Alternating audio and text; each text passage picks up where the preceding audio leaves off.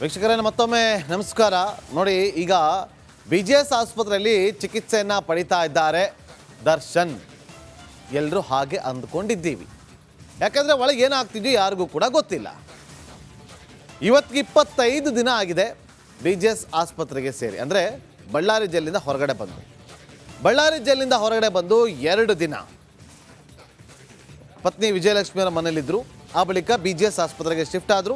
ಅಲ್ಲಿರುವಂಥ 4ನೇ ಮಹಡಿಯಲ್ಲಿ VVIP ವಾರ್ಡಲ್ಲಿ ಅವರು ಟ್ರೀಟ್ಮೆಂಟನ್ನು ತಗೋತಿದ್ದಾರೆ.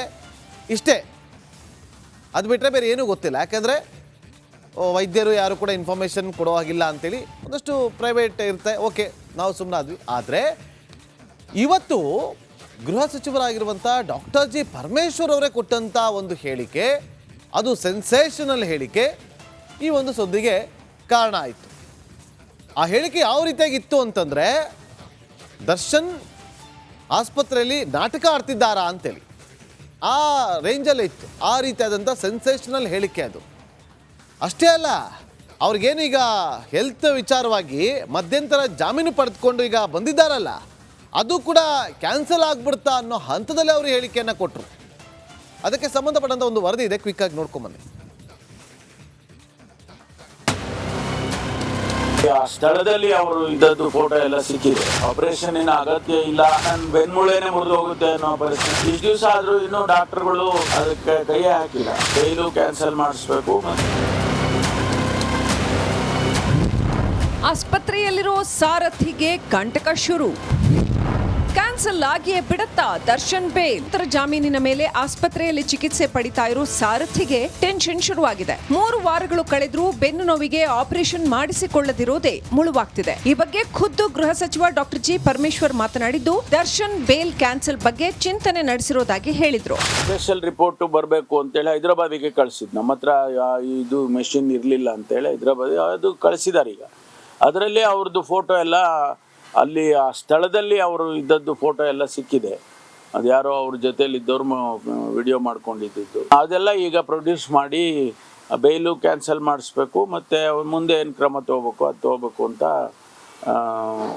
ಮುಂದಿನ ಇದರಲ್ಲಿ ಇನ್ವೆಸ್ಟಿಗೇಷನ್ಸ್ನವ್ರು ಮಾಡ್ತಾರೆ. ಬೇಲ್ಗಾಗಿ ನಾಟಕ ಮಾಡಿದ್ರ ಕೊಲೆ ಆರೋಪಿ. ಸದ್ಯ ದರ್ಶನ್ಗೆ ಆಪರೇಷನ್ ಅಗತ್ಯ ಇಲ್ಲ. ದರ್ಶನ್ಗೆ ಆಪರೇಷನ್ ಅಗತ್ಯವೇ ಇಲ್ಲ ಅನ್ಸುತ್ತೆ. ಆಪರೇಷನ್ ವಿಚಾರದಲ್ಲಿ ದರ್ಶನ್ ನಾಟಕ ಆಡ್ತಿರಬಹುದು ಅಂತ ಹೋಮ್ ಮಿನಿಸ್ಟರ್ ಹೇಳಿದ್ದಾರೆ. ಅದರಲ್ಲೇ ಗೊತ್ತಾಗುತ್ತಲ್ಲ ಅದರ ಅಗತ್ಯ ಇಲ್ಲ ಅಂತ.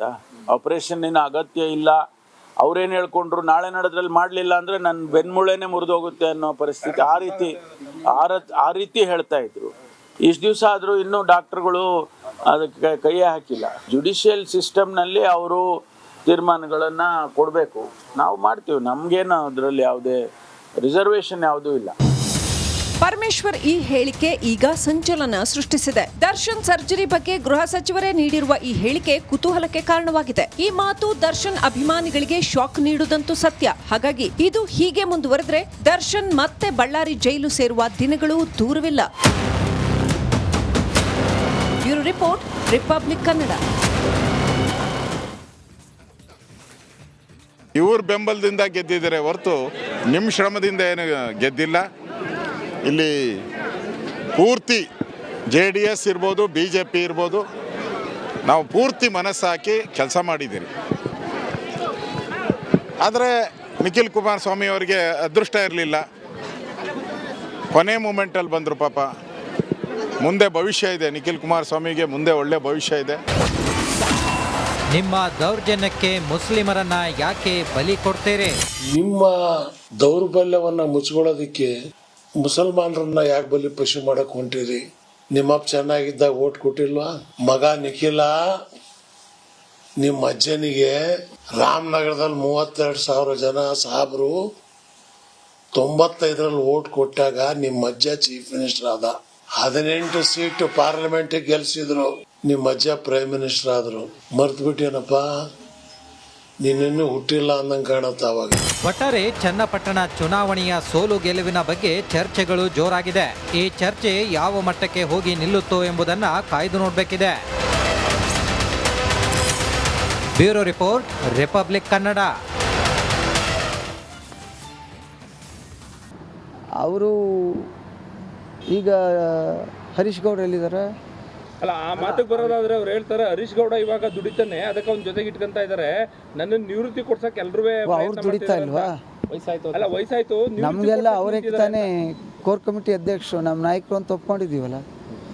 ಆಯ್ತು, ಅವರು ಹೇಳಿ ಯಾರಿಂದ ತೊಂದರೆ ಆಗ್ತಾಯಿದೆ ಸಮಸ್ಯೆ ಅಂದರೆ ಕುಮಾರಣ್ಣವ್ರಿಗೆ ಹೇಳಿ ದೂರ ಇಡೋವಂಥ ವ್ಯವಸ್ಥೆ ಮಾಡಿಸೋಣ. ಇನ್ನಿಂದ ಏನಾರು ಅವ್ರಿಗೆ ತೊಡಕಾಗೋದಾದರೆ ನಾನು ಲಾಸ್ಟ್ ಟೈಮು ಹೇಳಿದ್ದೀನಿ, ಚಾಮುಂಡಿ ಬೆಟ್ಟಕ್ಕೆ ಬರಲಿ, ನಾನು ಸಾರ್ವಜನಿಕ ಜೀವನಕ್ಕೆ ಗುಡ್ ಬೈ ಹೇಳ್ತೀನಿ, ಯಾವ ಚುನಾವಣೆಗೂ ನಿಲ್ಲಲ್ಲ, ನಾನು ಬದುಕಿರೋವರೆಗೆ ಕುಮಾರಣ್ಣನ ಜೊತೆ ಇರ್ತೀವಿ. ಅದಕ್ಕೂ ಕಷ್ಟ ಅಂದರೆ ಓಲಿ ಫೋನಲ್ಲಿ ಗೀನಲ್ಲಿ ಮಾತಾಡ್ಕೋತೀವಿ, ಇನ್ನೇನು ಮಾಡ್ಬೋದು, ಇಷ್ಟು ಹೇಳ್ಬೋದು. ಜಿಟಿ ದೇವೇಗೌಡ ಅವರು ಹಿರಿಯ ನಾಯಕರು. ಪಾಪ ಅವರು ಹಿರಿಯಕರಿದ್ದಾರೆ, ರಾಜಕಾರಣದಲ್ಲಿ ಭಾಳ ಅನುಭವಿಸ್ತಿದ್ದಾರೆ. ಯಾವೊಂದು ಅರ್ಥದಲ್ಲಿ ಹೇಳಿದ್ದಾರೆ ನನಗೆ ಗೊತ್ತಿಲ್ಲ, ಆದರೆ ಅದ್ರ ಬಗ್ಗೆ ನಾನೇನು ಪ್ರತಿಕ್ರಿಯೆ ಕೊಡಲಿಕ್ಕೆ ಹೋಗೋದಿಲ್ಲ. ಯಾಕಂದ್ರೆ ನಮ್ಮ ಪಕ್ಷದ ಶಾಸಕರಿದ್ದಾರೆ, ಹಿರಿಯಕರಿದ್ದಾರೆ, ಕೋರ್ ಕಮಿಟಿ ಅಧ್ಯಕ್ಷರು ಕೂಡ ಇದ್ದಾರೆ. ಹಾಗಾಗಿ ಅವರ ಒಂದು ಸ್ಥಾನಕ್ಕೆ ಗೌರವ ಕೊಡ್ತಕ್ಕಂಥದ್ದಾಗಬೇಕು, ಆ ಗೌರವನ ನಾನು ಕೊಡ್ತೇನೆ. ಕೇಳಿದ್ರಲ್ಲ ಜೆಡಿಎಸ್ ಶಾಸಕ ಜಿಟಿ ದೇವೇಗೌಡ ಹೇಳಿರೋ ಮಾತು. ಪಕ್ಷದಲ್ಲಿ ಏನೂ ಸರಿಯಿಲ್ಲ ಅನ್ನೋ ಅನುಮಾನ ಎದ್ದಿದ್ದು ದಳಪತಿಗಳ ಮಧ್ಯೆ ಟಾಕ್ ವಾರ್ ಆಗುವುದು ಸತ್ಯ ಎನ್ನಲಾಗ್ತಿದೆ. ವಿನೋದ್, ರಿಪಬ್ಲಿಕ್ ಕನ್ನಡ, ಮೈಸೂರು. ಎಲ್ಲೆಲ್ಲೂ ಇದ್ದೀರಿ, ಪ್ರತಿ ಹುಟ್ಟಿನಲ್ಲೂ ಇದ್ದೀರಿ, ಈಗ ನೀವು ಮರಳಿ ಬಂದಿದ್ದೀರಿ. ಅಂಬರೀಷ್ ಪುತ್ರ ಅಭಿಷೇಕ್ ಅಂಬರೀಷ್ ಇತ್ತೀಚೆಗಷ್ಟೇ ತಂದೆಯಾಗಿದ್ದು ಗಂಡು ಮಗು ಜನಿಸಿದೆ. ಅಂಬರೀಷ್ ಅವರೇ ಮತ್ತೆ ಹುಟ್ಟಿ ಬಂದಿದ್ದಾರೆ ಅಂತ ಸುಮಲತಾ ಸಂತಸವನ್ನ ವ್ಯಕ್ತಪಡಿಸಿದ್ರು. ಈ ವರ್ಷ ತುಂಬಾ ನಮಗೆ ಒಂದು ಎಷ್ಟೋ ವರ್ಷಗಳಿಂದ ನಾವು ಕಾಯ್ತಾ ಇದ್ವಿ. ಅಂಬರೀಷ್ ಅವರೇ ಮತ್ತೆ ನಮಗೆ ವಾಪಸ್ ಬಂದಾಗೆ ಇದೆ. ನಮ್ಮಲ್ಲಿ ಎಲ್ಲರೂ ಅದೇ ಒಂದು ಭಾವನೆ. ಮಗುನು ನೋಡೋಕೆ ಎಲ್ಲರೂ ಅಂಬರೀಷ್ ಅವ್ರ ಥರನೇ ಇದ್ದಾನೆ ಅಂತಾನೆ ಎಲ್ಲರಿಗೂ ಅನಿಸುತ್ತೆ. ಅಂಬರೀಷ್ ಅವರ 6ನೇ ವರ್ಷದ ಪುಣ್ಯಸ್ಮರಣೆ ಹೊತ್ತಲ್ಲಿ ಜೂನಿಯರ್ ಅಂಬರೀಷ್ ಹುಟ್ಟಿರೋದು ಕುಟುಂಬಸ್ಥರು ಅಭಿಮಾನಿಗಳಲ್ಲಿ ಸಂತಸವನ್ನ ಮನೆ ಮಾಡಿದೆ. Roja Manu Patil, film bureau, republic Kannada.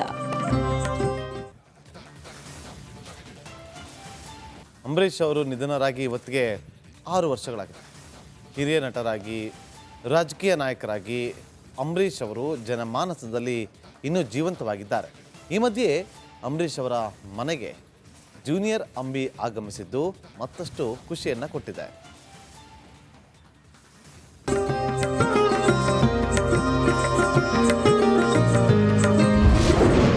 Rebel star Ambareesh 6ನೇ ಪುಣ್ಯತಿಥಿ. ಅಂಬರೀಷ್ ಮತ್ತೆ ಹುಟ್ಟಿ ಬಂದಿದ್ದೀರಿ ಎಂದ ಸುಮಾ. ಅಂಬರೀಷ್ ನಿಧನರಾಗಿ ಇಂದಿಗೆ 6 ವರ್ಷಗಳು ಕಳೆದವು. ಇಂದಿಗೂ ಅಭಿಮಾನಿಗಳು ಹಾಗೂ ಕುಟುಂಬದವರ ಮನಸ್ಸಲ್ಲಿ ಅಚ್ಚಳಿಯದೆ ಉಳಿದಿದ್ದಾರೆ. ಇಂದು ಪತ್ನಿ ಸುಮಲತಾ ಕುಟುಂಬಸ್ಥರು ನಗರದ ಕಂಠೀರವ ಸ್ಟುಡಿಯೋದಲ್ಲಿರುವ ಅಂಬರೀಷ್ ಸಮಾಧಿ ಬಳಿ ತೆರಳಿ ಪೂಜೆಯನ್ನು ಸಲ್ಲಿಸಿದ್ದಾರೆ. ತಮ್ಮ ಪತಿಯ ನೆನೆದು ಸುಮಲತಾ ಅಂಬರೀಷ್ ಭಾವನಾತ್ಮಕ ಪೋಸ್ಟ್ ಹಂಚಿಕೊಂಡಿದ್ದಾರೆ. ನಿಮ್ಮ ಪ್ರೀತಿ, ನಿಮ್ಮ ಇರುವಿಕೆ ಶಾಶ್ವತ. ಸದಾ ಜನರ ಮಧ್ಯೆ ಇದ್ದು ಸ್ಪಂದನೀಯ ವ್ಯಕ್ತಿತ್ವದೊಂದಿಗೆ ನಮ್ಮೊಂದಿಗಿದ್ದ ಡಾಕ್ಟರ್ ಅಂಬರೀಷ್ ಅವರ ಪುಣ್ಯ ಸ್ಮರಣೆಯೆಂದು ಅವರನ್ನ ಗೌರವ, ಪ್ರೀತಿ, ಭಕ್ತಿ ಪೂರ್ವಕವಾಗಿ ಸ್ಮರಿಸುತ್ತಿದ್ದೇನೆ. ನಾಡು ನುಡಿಗೆ ಅವರು ಸಲ್ಲಿಸಿದ ಸೇವೆಗಳು, ಅವರು ಕಲಿಸಿದ ಜೀವನ ಪಾಠಗಳು ಸದಾ ನಮ್ಮನ್ನ ಕಾಯಲಿವೆ. ಅವರಿಗೆ ಜನಮಾನಸದಲ್ಲಿ ದೊರಕುತ್ತಿರುವ ಅಭಿಮಾನ ನಮ್ಮ ಕುಟುಂಬಕ್ಕೆ ನಿರಂತರ ಆಶೀರ್ವಾದ. ಇದಕ್ಕೆ ನಾವೆಲ್ಲ ಚಿರಋಣಿ. ನೀವು ಪ್ರತಿ ಹೃದಯ ಬಡಿತದಲ್ಲಿ ನೆಲೆಸಿದ್ದೀರಿ, ಎಲ್ಲೆಲ್ಲೂ ಇದ್ದೀರಿ, ಪ್ರತಿ ಹುಟ್ಟಿನಲ್ಲೂ ಇದ್ದೀರಿ, ಈಗ ನೀವು ಮರಳಿ ಬಂದಿದ್ದೀರಿ. ಅಂಬರೀಷ್ ಪುತ್ರ ಅಭಿಷೇಕ್ ಅಂಬರೀಷ್ ಇತ್ತೀಚೆಗಷ್ಟೇ ತಂದೆಯಾಗಿದ್ದು ಗಂಡು ಮಗು ಜನಿಸಿದೆ. ಅಂಬರೀಷ್ ಅವರೇ ಮತ್ತೆ ಹುಟ್ಟಿ ಬಂದಿದ್ದಾರೆ ಅಂತ ಸುಮಲತಾ ಸಂತಸವನ್ನ ವ್ಯಕ್ತಪಡಿಸಿದ್ರು. ಈ ವರ್ಷ ತುಂಬಾ ನಮಗೆ ಒಂದು ಎಷ್ಟೋ ವರ್ಷಗಳಿಂದ ನಾವು ಕಾಯ್ತಾ ಇದ್ವಿ. ಅಂಬರೀಷ್ ಅವರೇ ಮತ್ತೆ ನಮಗೆ ವಾಪಸ್ ಬಂದಾಗೆ ಇದೆ. ನಮ್ಮಲ್ಲಿ ಎಲ್ಲರೂ ಅದೇ ಒಂದು ಭಾವನೆ.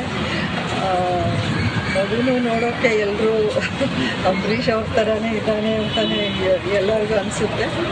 ಅಂಬರೀಷ್ ಅವರ 6ನೇ ವರ್ಷದ ಪುಣ್ಯಸ್ಮರಣೆ ಹೊತ್ತಲ್ಲಿ ಜೂನಿಯರ್ ಅಂಬರೀಷ್ ಹುಟ್ಟಿರೋದು ಕುಟುಂಬಸ್ಥರು ಅಭಿಮಾನಿಗಳಲ್ಲಿ ಸಂತಸವನ್ನ ಮನೆ ಮಾಡಿದೆ. Roja Manu Patil, film bureau, republic Kannada.